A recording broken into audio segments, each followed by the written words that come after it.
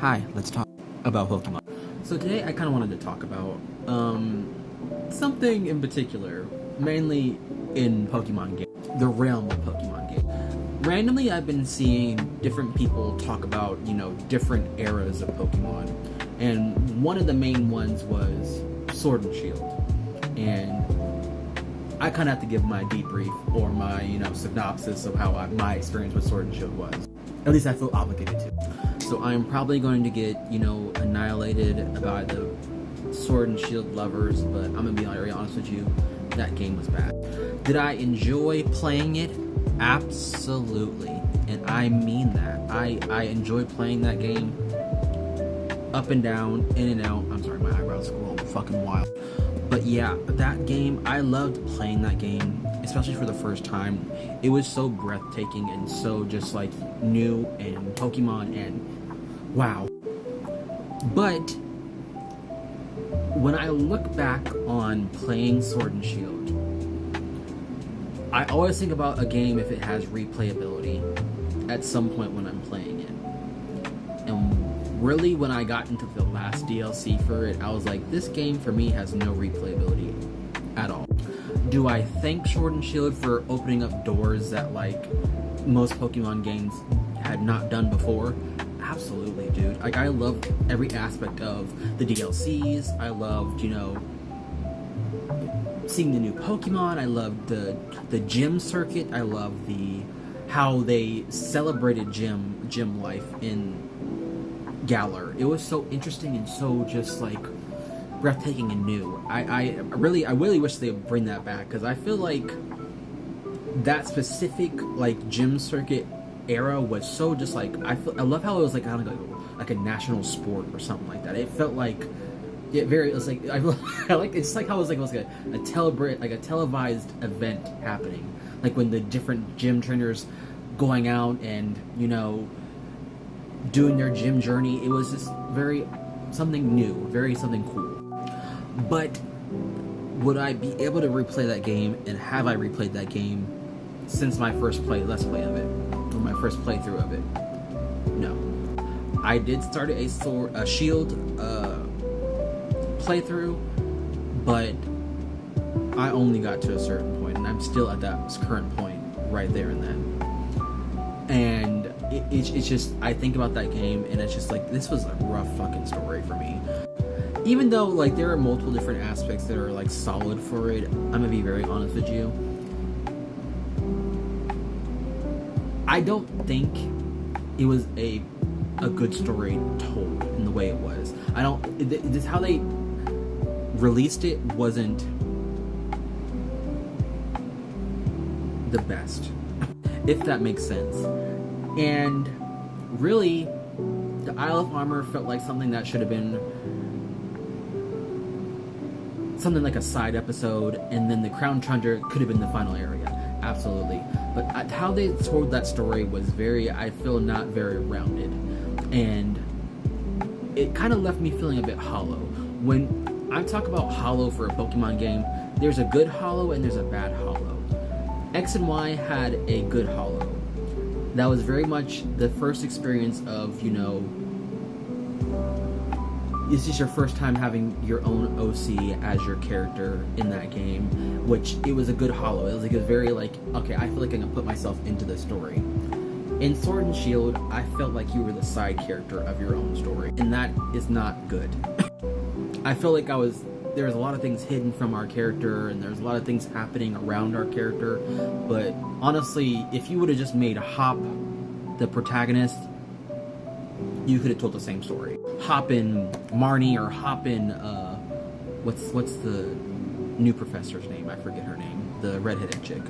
But if you would have made her like maybe the side character, or the rival, or the person who goes along with you along your journey, you could have done that. But I felt like really this was like a story that could have been told without our character in it. Which then again absolutely is like the theme of some games, but when you're playing Pokemon, you're playing for yourself. You're playing for your original character. You're playing for this version of you, or this whatever character, whatever you do to do your stories. Like maybe you create a certain character that has a certain name, and this is their story going through each and every journey like Ash or something like that, you know? That's how I feel, and I felt like you were a side character to your own story, and it didn't feel right to me. Also, some other qualms I have with it is leveling. And I think they did a lot of disrespect to that first gym leader, Milo. You had access to so many different Pokemon.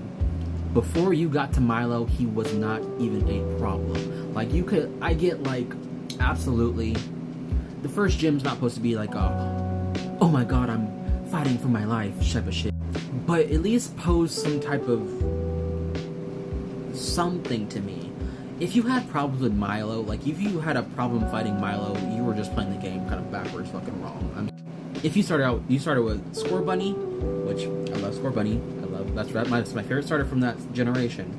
But if you started with a Scorbunny, if you had got access to the Wild Zone on a hot day, you got a Vulpix, you got a fucking arrangement of fucking fire type Pokemon and flying type Pokemon and even ice type Pokemon before you got to the first gym leader, and he became just like a fucking doormat, which made him feel very insignificant to me. The whole story, like, I was like, oh, all right, straight to Nessa. Like, she posed a little bit more of a, tiff than he did. You know, I feel like that was just like maybe that's just like a specific slap to the face to him, but